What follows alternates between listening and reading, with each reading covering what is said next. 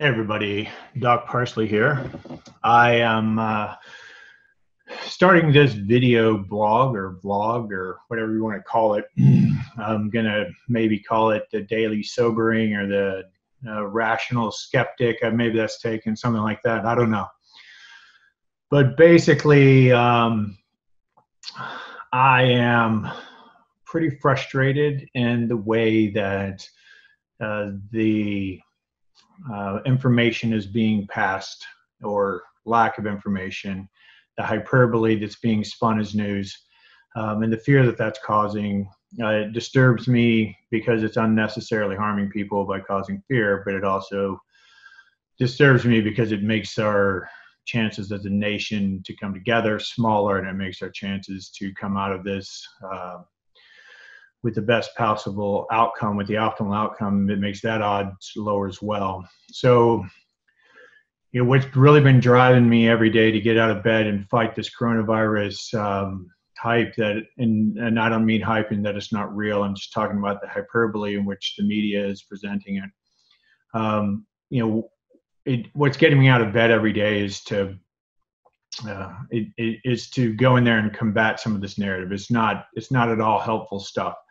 So I'm in Texas. We aren't locked down yet, so I just got my exercise on. At the end of the day, tomorrow morning, I'll be starting up fresh, and I'm going to do several things. So one of the things that I'm going to do is I'm going to go through the headlines and talk about why these headlines have essentially no meaning, and that they're primarily a narrative, and the narrative is designed to cause fear and panic and sensationalism, and to cause you to want to consume more of their inflated information. As a quick example, let's see, I'm going to go on to, let's see, how do I do this? Somewhere there's a way to share my screen. This was real easy to find when we practiced. Oh, there it is, big green dot. So I'm going to share my screen here. If it'll click, there we go. And here's one good example that I'd like to share. Let's just look at the headlines here of our most trusted source of news, or whatever they call themselves. 160,000 backlogged tests, 10 days for results. Okay, 10 days compared to what? Well, what's a good time? What's a bad time? Is 160,000 a lot compared to what? Are the tests staggered into like critical, or is there a hierarchy to the test? There's lots of things to know whether or not that's a useful headline. Documents show the struggle to keep pace with the pandemic in just one U.S. lab company. Okay, well, it's just one U.S. lab company. At least they're honest there. Trump and the White House coronavirus task force speak. Period. That's the fact. As the death toll grows, there's the sensationalism. We go through this and we can, fueling the virus. Their headline earlier was asymptomatic carriers fuel the virus. Up to 50% of carriers can infect others blindly. What does that mean? Well, actually, it's 25 to 50%, and it's an estimation, which means that 25 to 50% of the people who give it to someone else never know they had it, which means even more impressively that 75% of people who don't even know they have it don't give it to somebody else. Anyways, this type of hype. We'll also talk about where you can actually get good statistics, things like this, where you can actually get raw data. On worldometers, you can not only find coronavirus, but you can compare it to other death tolls. You can find out things such as 95% of all active cases worldwide are mild, and only 5% are serious or critical. And out of that 5%, 81% are currently recovering and being discharged. And 19% of that 5%, or in other words, slightly under 1%, actually die. And we'll talk more about what that means. And then, all of the data down here, this is raw data. So these are the things you want to do. You want to look at raw data like that. You want to look at raw data like this, the CDC's Pandemic Severity Index. What is the CDC Pandemic Severity Index? Well, it is an index that takes the seriousness, multiple variables, but one of the major ones is how many deaths are they anticipating this pandemic could cause based on whatever models they have. And there you see there's categories 1, 2, 3, 4, and 5, and anywhere from above 1.8 million to under 90,000. That would be sort of a very traditional flu season, would be 30 to 60,000. So what do you do in these various stages of pandemic? Well, here you go. It talks about home isolation and quarantine and child social distancing, closing schools, workplace, blah, blah, blah. All these things that we already know, all these things that we're already doing as a nation. And when do you recommend doing these? Well, not in category 1, generally not recommended. Categories 2 and 3, some of them you consider. The only one recommended is voluntary isolation if you're sick. And then categories 4 and 5, and to remind you, that's 900,000 to greater than 1.8 million deaths. We then recommend all of the things that we're currently doing. Now, what do we recommend after 2 million? Nothing. We are doing the non-pharmaceutical interventions. That's what these are all called. The other options are medical interventions, right? These are things that we're working on. So when you start hearing people talk about how poorly things are going, when you hear people talking about death rates and death tolls and skyrocketing numbers and plummeting economies and all of these things that are meant to just build up angst and fear in you so that they can control you. And they can get you to read more of their information and consume more of their information, and they get to vomit their fears out on you so that they can share the fear. I learned in my psychology undergrad that it's not necessarily true that misery loves company. More specifically, misery loves miserable company.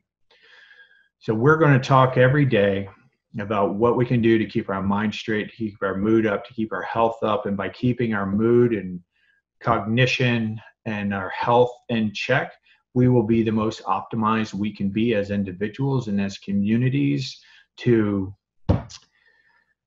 improve whatever outcome is possible. Like, to have the best possible outcome, we need to have the best possible people, which means we need everybody to be at their optimal and their peak, which means nobody should be running around scaremongering. Nobody should be fear-mongering. Nobody should be using inflated numbers and stating them as though they are an inevitability, because they are not. And models suck. Models are not true. All models are wrong. Models can be useful, and we will talk about how they're useful, and we'll talk about how you can look at your data and use some very basic modeling to put this relative in your concern boxes. You have categories of concern in your life, and of course, epidemics and pandemics and death and disease are categories that you would be concerned about. And we're going to talk about what's the reality of them. How likely are there? There's absolute risk, there's relative risk, there's all sorts of nuances to that even. And what does it mean to you? And I'm not here to tell you what's true. I'm here to tell you that we only know some limited data, and that's imperfect at best. We know very little. What we do know, or what we think we know right now, based on the information we do have, this is our best guess, and be very clear that it is a guess. And since it's a guess, all we can do is all we can do. But all we can do is enough as long as we're doing it from the right place. You never make good decisions when you're under duress. You never make good decision when you're in panic. The best place to make a good decision from is being as informed as you can possibly be, without emotionally charged words like skyrocketing and plummeting and pandemic. And pandemic is a scientific term, but it's used as an inflammatory term as well. So I hope this is useful. I'm also going to be doing some video interviews on Zoom and sending them over to my team to do whatever they do, the magic they do to get it out to you guys.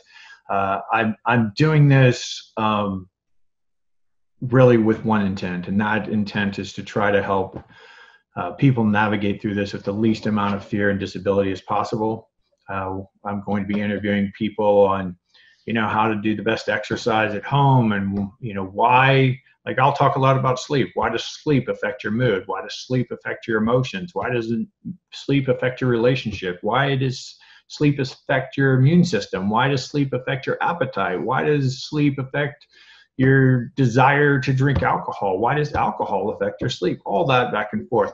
I'll bring on my friends who are experts in nutrition, my colleagues who are experts in medical fields, people who are exercise physiologists and exercise physiologists who study the immune system as it relates to exercise, and what we can do with all this stuff. I have a whole list of people that I want to interview. Not everybody's confirmed, so I won't throw a bunch of promises out there. But every morning I'm going to get up. I'm going to probably have to limit myself to 3 to 4 egregious headlines. Talk about why these are inflated, remind you where to get good information like National Institutes of Health and Centers for Disease Control, Worldometers, Johns Hopkins site that's specifically covering the pandemic. All of these types of things will be talked about, reminded every day. I'll give you some really simple examples of how I'm doing my math. I'm not an epidemiologist. I am not a virologist. I am not an expert in this field. I'm a medical doctor. I'm a former Navy SEAL. I just turned 50 years old. I'm a parent. I'm an entrepreneur. I have enough life experience. I've been through enough bad stuff to where I'm pretty confident in my ability to kind of help reduce the anxiety. And let's all settle down, take a deep breath, get some relaxation coursing through us, and let's make some rational decisions. And let's swallow some truth pills about what can actually be done and how much worrying is going to help on top of that. Once we've done everything we can do, all we can keep doing is everything we can do. And we can't do more until there's more we can do. And that comes with more information, which comes with time. So I hope these videos turn out to be useful. I'm not exactly sure how you're seeing this or why you're seeing this. I'm not going to tell you to point to things or click on things because I don't know what to do just yet. This is the first run. I hope you guys will join me. More importantly, I hope that it's useful. Also, I'm going to have my team figure out some way to collect questions from the audience if anybody feels like there's a specific topic that's lingering out there, like what does social distancing really mean, and how long have we known about it, and what does the science say about it, and where else has it been used, and how do we do it better or worse, like things like that. Very simple things that are being thrown around. Well, things that are being thrown around as though they're simplistic, but very often they're jargon words, right? They're jargon for mathematicians. There's jargon for epidemiologists. It's jargon for economists. It's jargon for medical professionals. It's jargon for scientists. It's, look, whatever. So I will try to shine the light in the dark places. I will try to convince you that there are no monsters underneath your bed. To be honest, at times I might be a little panicked and need a little feedback from you guys, but I'd like to get together on a daily basis, talk about what we can't do to decrease the sphincter tone, chill everybody out a little bit, and let's move forward with a purpose. Let's move forward with passion. Let's move forward with a direction and a focus, and keep moving and keep going and keep improving. This is a fine tuning. We aren't going to shoot and hit the target. There are no silver bullets for this. In a book, the hard thing about hard things, we don't need silver bullets right now. We need a lot of regular bullets, and we need to get all of them down range. We need to get them all on target.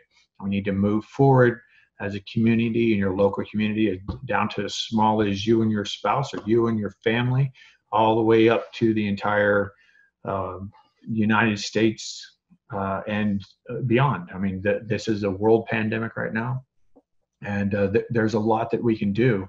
And a positive attitude, and I don't mean Pollyanna, but an attitude of searching for what's right, searching for what's out there, what's available, that we can move towards, that we at least have some faith or confidence that it could help us through this.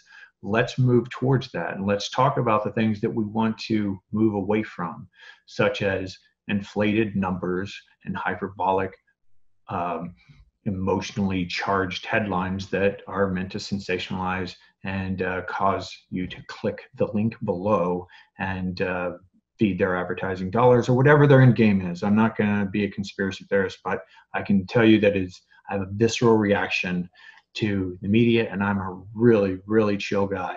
It takes a lot to get under my skin, and I would say the majority, a definite majority of the information that's being put out right now, I personally feel is being put out in an incorrect way. So if that interests you, I look forward to sharing some more perspective, sharing narrative, trying to help anybody who feels like they can benefit from this.